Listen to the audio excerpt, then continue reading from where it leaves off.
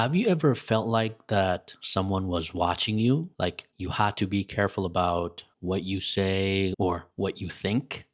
In most religions, we believe that God is always watching us, but He is watching over us, not in a scary or weird way, but we believe that God is watching our actions and we trust that He is always protecting us. But it's weird and creepy to think that someone is watching you in order to control you or manipulate your actions and beliefs. And that is what today's book is about. In episode 2 of Book Summaries in Simple English, I'm going to tell you about a book that's about control. I'm going to tell you the story of Winston Smith, a man who lives in a world where the government controls everything, including your thoughts, your thinking. Even that is being watched. Even that is being controlled. It's a powerful book. I'll tell you the name and the level and everything and give you a summary of the book. You will learn English and you're going to learn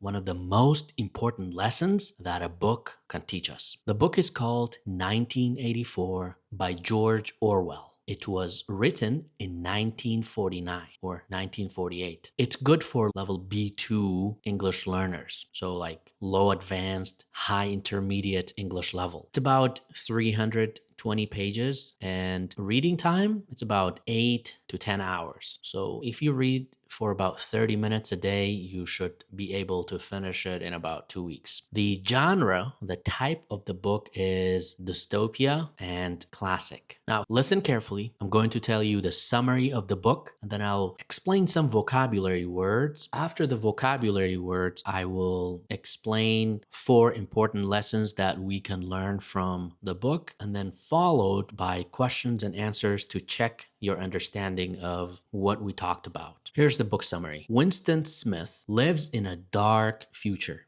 The year is 1984. In the novel, in the book, the year is 1984. He lives in a country called Oceania.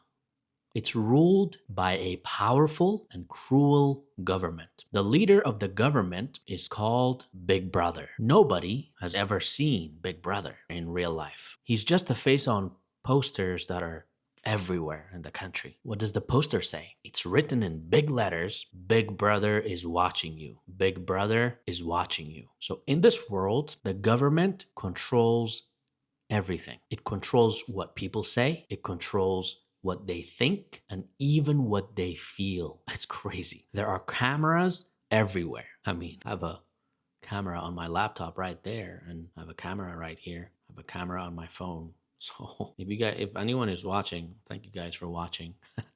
But anyway, it makes me think about today's world, to be honest. But so there are cameras everywhere. And if you say the wrong thing or think the wrong thought, the government will find you. And this is called thought crime. You just committed a crime in your mind. This is just crazy. The crime of thinking freely or thinking for yourself. So Winston works for the government. And his job is to rewrite history. They find all the old books or all the old newspapers and change what they say about the government, what they say about the reality of the world, etc., etc. They change it to the updated version of the government. But deep inside, Winston knows the truth and he is tired of all the lies. He wants to be free. So he starts to write his private thoughts in a secret diary. And this is very dangerous. And then he meets a woman named Julia. They fall in love. Their love is also a crime. People can't just express strong emotions. The government does not want people to have strong personal emotions. So things are very neutral. Later in the novel, later in the book, Winston meets a man named O'Brien. O'Brien seems to be against the government also. So he seems to think like Winston. And so Winston trusts him. But O'Brien is not who he says he is. He is not who he appears to be. He's actually a very powerful government agent. And he has been watching Winston. He has been watching Winston for years. So Winston is arrested and he's taken to a place called the Ministry of Love, which is not a place of love. It's a place of torture and punishment. O'Brien tells him that the government does not just want to control people's actions, it wants to control their minds completely. So they torture Winston, they punish him, and he goes through a very difficult period. At the end of the story, at the end of the novel, Winston is broken mentally, emotionally, personally, and he is very, very weak. He no longer fights for freedom. He no longer loves Julia. He no longer has strong feelings for people, including Julia, whom he fell in love with before. He has learned to love Big Brother. Yeah, the government that he hated, the government that he fought against for years has now controlled him. They made him love it. The government won. The government won the fight. It's a very sad and powerful ending that really makes you think about freedom, truth, and the power of government. How they sometimes want to control you and makes you feel scared or makes you feel paranoid. That was the end of the summary for 1984. In the next part, I'm going to explain a few words that we used or you will find in the book if you read it. And I highly, highly recommend it. It's such a powerful book. Let me actually show it to you. 1984 by George Orwell. The first word is dystopia. Dystopia is an imaginary society where life is terrible and the government is cruel and controlling. So imagine a really, really bad and negative world. That is called dystopia. The next word is propaganda. Propaganda is false or one-sided information that a government uses to control how people think, or maybe the media uses to control how people think. The next word is surveillance. Surveillance is watching people closely and secretly, often by cameras or spies. So sometimes you can have a video surveillance of a building to watch for safety and security. That is called surveillance. The next word is rebellion. Rebellion is the act of fighting against a government or authority that controls you or is trying to control you. So for example, in the story, in the beginning of the novel, Winston was like a rebel. He was doing an act of rebellion to fight against the government. And finally, word number 5 is censorship. Censorship is when a government removes or hides information to control what people know. So like if the government hides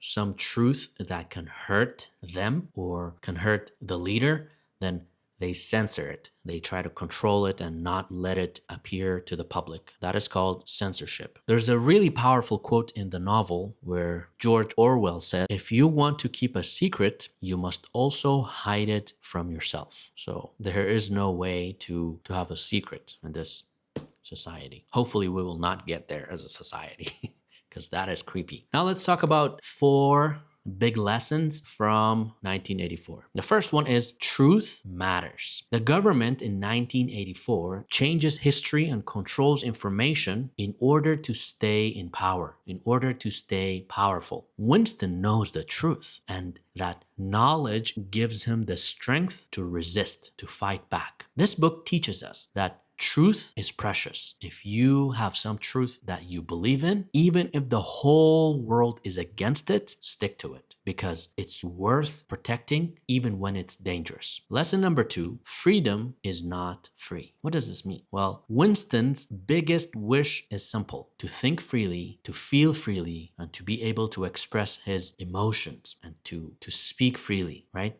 But those are taken away from him completely. 1984 is a reminder that freedom is not something we should take for granted. It's not something we should ignore and stop appreciating. It must be protected, and we must always fight for freedom. Lesson number 4 is this: power can corrupt everything and everyone. The party, and the powerful party in the book, does not just want to control people's actions. It wants to control their minds. This book shows how dangerous a government becomes when it has no limits and no one can stop it. Total power, complete power and authority leads to total destruction. Lesson number 4 is the courage to think for yourself. In a world full of lies, the most dangerous thing you can do is think for yourself. Think freely. Winston writes his private thoughts in his diary. He loves Julia and questions the government. These are all acts of courage. This book encourages us to always question what we are told and to think critically, to not be gullible and believe everything you see, everything you read on social media, in the news media, the way people share information, the way government shares information. We have to learn to question information, analyze and reason, and think for ourselves. That was the end of those lessons. In the next part, I'm going to ask you some questions about the book to check your understanding and see what you remember about the summary and the book. Question: who is the main character in the story? That's right, Winston. The main character in the story is Winston. Where does he live? He lives in a country named Oceania. That's the country in the novel. It's not a real country, but that's the country. Who is Big Brother? You remember?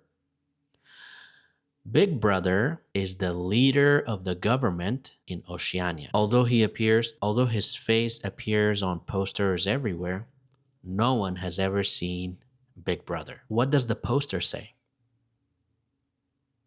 That's right. Big Brother is watching you. That's what the poster says. What is Winston's job? Winston works for the government, and his job is to rewrite history by changing old newspaper articles to match what the government says today. So basically rewriting history. What is a thought crime? In the novel, a thought crime is the crime of thinking and feeling freely, thinking for yourself. In the book, that's a crime. You will go to jail or you'll get punished. Where do you go if you commit a crime? You will go to the Ministry of Love. That's where they love you, right? They show you love. No, that's not true. What do they do to you in the Ministry of Love? What do they do to people in the Ministry of Love?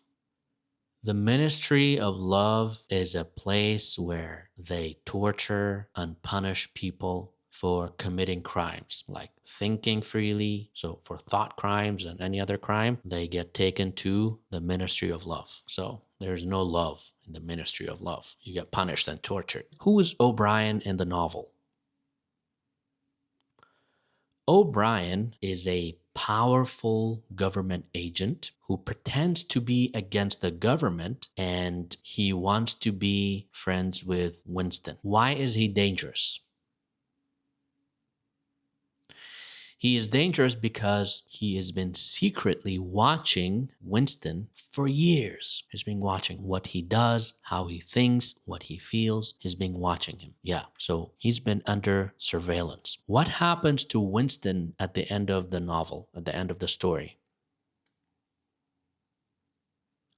Well, unfortunately, in the end of the novel, Winston is mentally, physically, and emotionally broken. He no longer has feelings of love. He no longer fights against the government, and he no longer loves Julia. And in the end, he learns to love Big Brother. He no longer hates the government. Yeah. So is the ending happy? Is that a happy ending? No, it's not a happy ending. It's not at all. Why not? Because the government wins against one person who wanted to be free, and they broke Winston's spirit and gained control over his mind. What is one lesson that you can take away from this book? You can comment it in the comment section below. But for me, one important lesson is the courage to think for yourself. If you lose your own free thinking, then you have nothing. You have nothing left for yourself. The most powerful tool that we have is our own mind, to think for ourselves, to believe what we believe, and to not let other people control our thinking. So we always have to question what we see, what we hear, what we're told.